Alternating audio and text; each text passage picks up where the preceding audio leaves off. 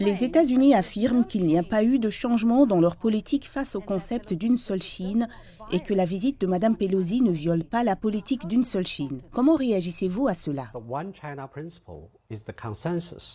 Le principe d'une seule Chine est le consensus de la communauté internationale. C'est aussi la base politique sur laquelle la Chine développe ses relations avec les autres pays. C'est une ligne rouge à ne pas franchir. Que signifie ce principe? Il ne peut y avoir qu'une seule réponse. Autrement dit, il n'y a qu'une seule Chine dans le monde. Taïwan fait partie de la Chine et le gouvernement de la République populaire de Chine est le seul gouvernement légitime représentant l'ensemble de la Chine. Il s'agit d'une norme fondamentale des relations internationales confirmée par la résolution 2758 de l'Assemblée générale des Nations unies. C'est un engagement pris par les États-Unis dans les 3 communiqués conjoints sino-américains.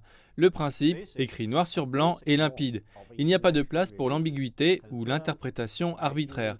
Les États-Unis affirment qu'il n'y a pas de changement dans leur politique d'une seule Chine, mais en fait, ils sapent le principe d'une seule Chine depuis des années.